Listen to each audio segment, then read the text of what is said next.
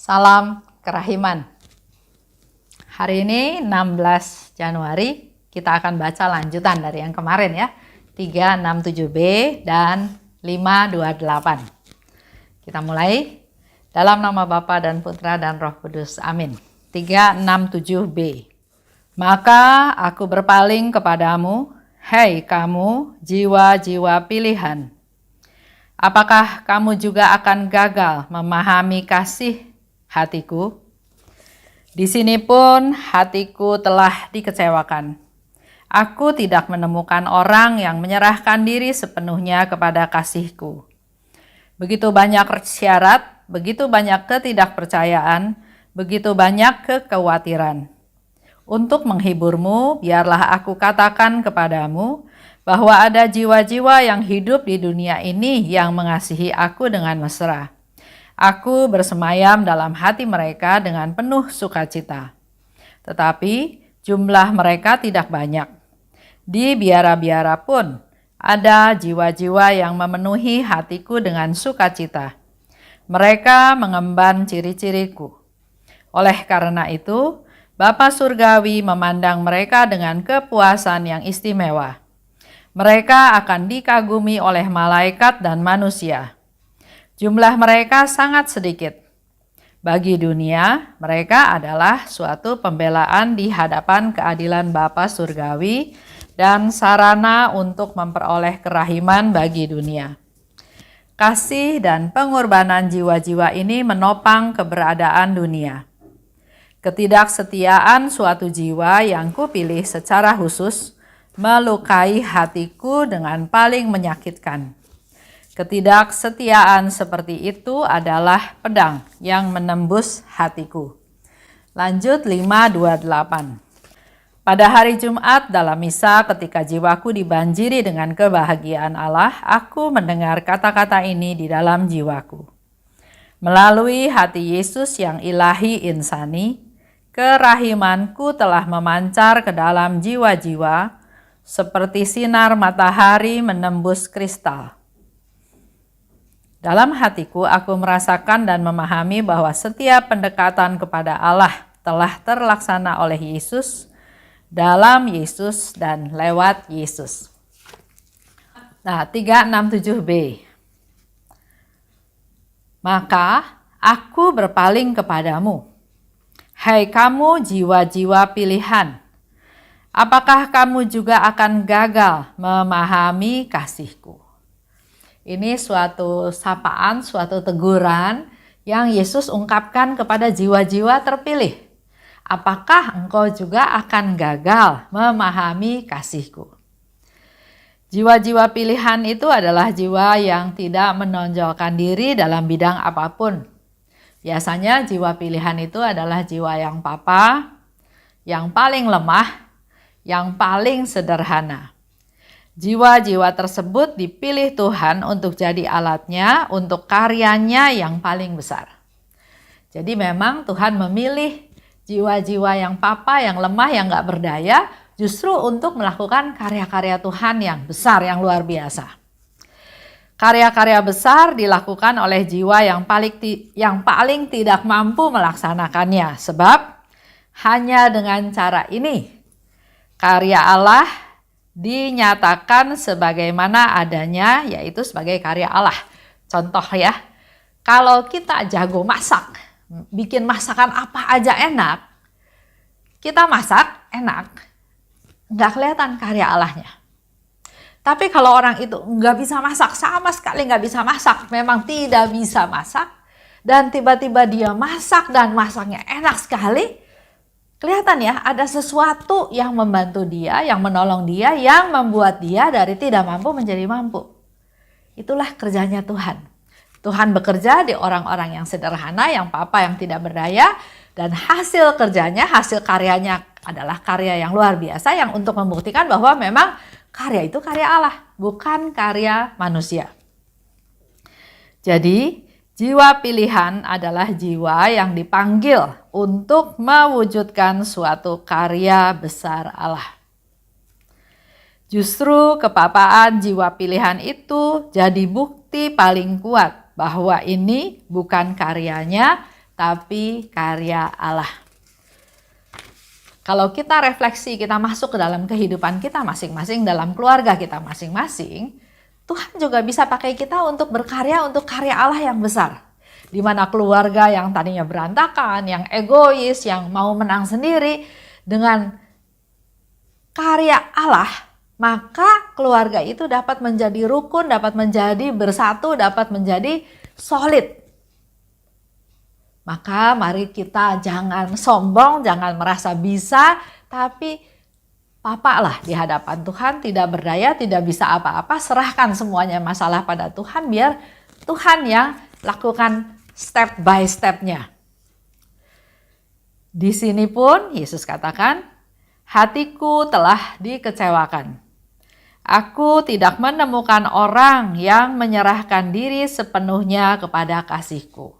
Yesus sharing, ya, memberikan satu sharing, satu kesaksian bahwa hatiku dikecewakan. Kenapa hati Yesus kecewa?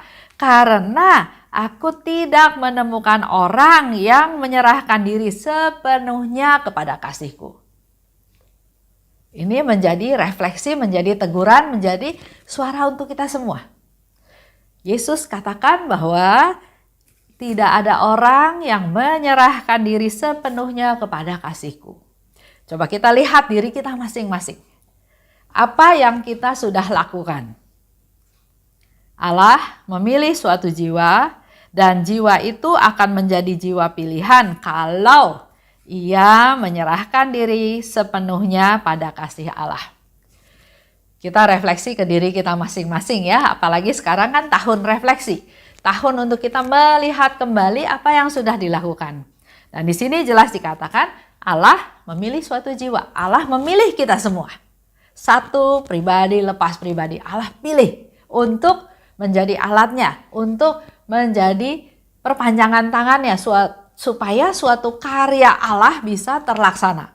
Tapi kita baru jadi orang pilihannya. Baru jadi jiwa pilihannya kalau kita menyerahkan diri sepenuhnya pada kasih Allah. Kalau kita sudah menyerahkan diri sepenuhnya pada kasih Allah, maka kita menjadi jiwa-jiwa pilihan. Manusia menyerahkan diri, maka kasih Allah akan terus mengalir di dalamnya. Itulah tujuannya. Jadi kita perlu menyerahkan diri pada Tuhan supaya Tuhan dengan leluasa mengalirkan terus kasih-Nya. Menyerahkan diri untuk makin mencintai dan dicintai Allah. Dikatakan lebih lanjut, begitu banyak rahmat, begitu banyak syarat, begitu banyak ketidakpercayaan, begitu banyak kekhawatiran. Kita yang dipanggil sama Tuhan, yang dipilih sama Tuhan, sering menolak dalam tanda kutip ya. Karena kita banyak dibebani oleh kekhawatiran, ketidakpercayaan. Masa sih Tuhan karya besar itu saya yang kerjakan? Nggak percaya, pasti salah. Saya salah ngerti, salah mendengar, salah menangkap pesan Tuhan. Atau buktikan bahwa saya memang dipilih. Nah itulah yang menyebabkan yang jadi hambatan untuk kita jadi jiwa pilihannya Tuhan. Itulah keraguan-raguan kita. Benar nggak ya saya yang dipilih Tuhan? Nggak mungkin lah Tuhan berbicara sama saya. Apa yang saya dapat kalau saya sudah melaksanakan firman Tuhan? Gimana reaksi keluarga? Keluarga belum tentu support apa yang harus saya lakukan. Banyak orang yang lebih pintar, kenapa saya? Nah itulah hambatan-hambatan. Ya. Hambatan-hambatan di mana kita nggak bisa menjadi jiwa-jiwa pilihan Tuhan. Untuk menghiburmu, biarlah aku katakan kepadamu bahwa ada jiwa-jiwa yang hidup di dunia ini yang mengasihi aku dengan mesra. Yesus menghibur Suster Faustina, mengatakan bahwa ada jiwa-jiwa seperti itu. Dan aku bersemayam dalam hati mereka dengan penuh sukacita, tapi jumlah mereka nggak banyak. Jadi hanya sedikit sekali. orang yang benar-benar menyenangkan hati Tuhan. Ini menjadi satu tantangan, satu ladang untuk kita di tahun 2021 ini menyediakan diri untuk bisa di mana Yesus akan bersemayam dengan penuh sukacita dalam diri kita masing-masing. Mereka mengemban ciriku, oleh karena itu Bapa Surgawi memandang mereka dengan kepuasan yang istimewa. Jadi kalau kita melaksanakan apa yang Yesus minta, Bapa Surgawi juga akan melihat, memandang kita dengan kepuasan yang istimewa. Mereka akan dikagumi oleh malaikat dan manusia. Tapi jumlah mereka sangat sedikit. Kembali lagi ya, jumlahnya sangat sedikit. Oleh sebab itu inilah saatnya yang masih Tuhan berikan kepada kita. Kita masih hidup, punya tugas, punya kesempatan untuk menambah jumlah yang sedikit itu menjadi semakin banyak. Bagi dunia, mereka adalah suatu pembelaan di hadapan keadilan Bapa. Keadilan Bapa Surgawi. Dan sarana untuk memperoleh kerahiman bagi dunia. Orang-orang seperti itu ya. Kasih dan pengorbanan jiwa ini menopang keberadaan dunia. Walaupun jumlahnya sedikit, tapi peran mereka adalah menopang keberadaan dunia. Mari ini menjadi kesempatan buat kita juga untuk menjadi penopang dunia ini.